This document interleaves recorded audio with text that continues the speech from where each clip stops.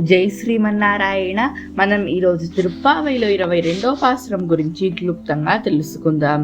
அங்கன்மா ஞானத்தரசர் அபிமான பங்கமாய் வந்து நின் பள்ளி கட்டில் கீழே செங்கமிருப்பார் போல் வந்து தலை பெய்தோம் கிங்கிணிவாய் செய்த தாமரை பூ போலே செங்கன் சிறு சிறிதே எம்மேல் விழியாவோம் திங்களும் ஆதித்யனும் எழுந்தார் போல் அம்கனிரண்டும் கொண்டெங்கள் மேல் நோக்குதியேல் ఎంగల్ మేల్ శాపం హిందేలో రెంబావాయ్.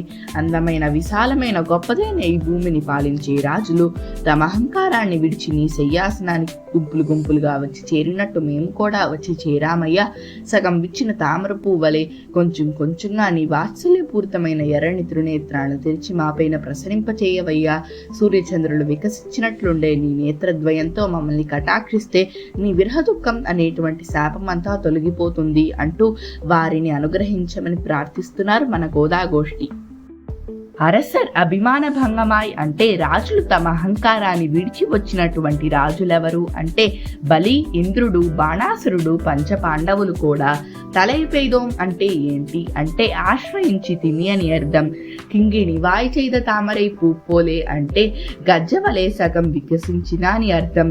ఎమ్మేల్ విజయావోం అంటే మమ్మల్ని కటాక్షించు అని అర్థం. మరి ఎలా కటాక్షించమని చెప్తున్నారు ఆండాల్ దేవి?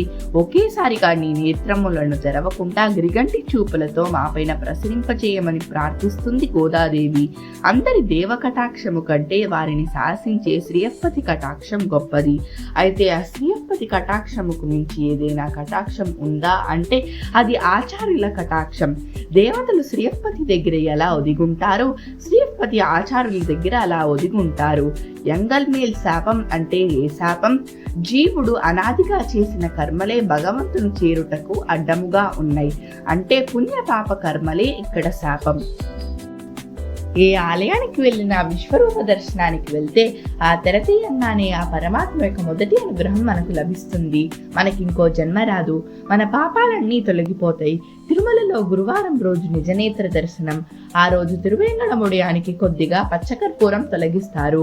ఆ నేత్రాలతో మనల్ని అనుగ్రహిస్తే మన పాపాలు శాపాలు అన్నీ తొలగిపోతాయి. అలానే గోదాగోష్ఠి కృష్ణ మమ్మల్ని అనుగ్రహించమని ప్రార్థిస్తున్నారు. సూర్యుడి వలె ఒక కంటితో ఏమో ప్రచండంగా చూస్తారు, ఇంకో కంటితో ఏమో చంద్రుడి వలె చల్లని చూపుతో చూస్తారు. సూర్యుడి వలె ఒక కంటితో ఎందుకు చూస్తారంటే ఆశ్రితుల యొక్క శత్రువుల్ని సంహరించడానికి. చంద్రుడి వలె ఒక కంటితో ఎందుకు చూస్తారంటే ఆశ్రితుల్ని రక్షించడానికి. ఈ పాసరంలో గోదాదేవి స్వామి కళ్ళు ఎలా తెరవాలో చెప్తుంది. నామ సంకీర్తనలో భాగంగా పుండరీకాక్షాన్ని కీర్తించింది గోదాదేవి.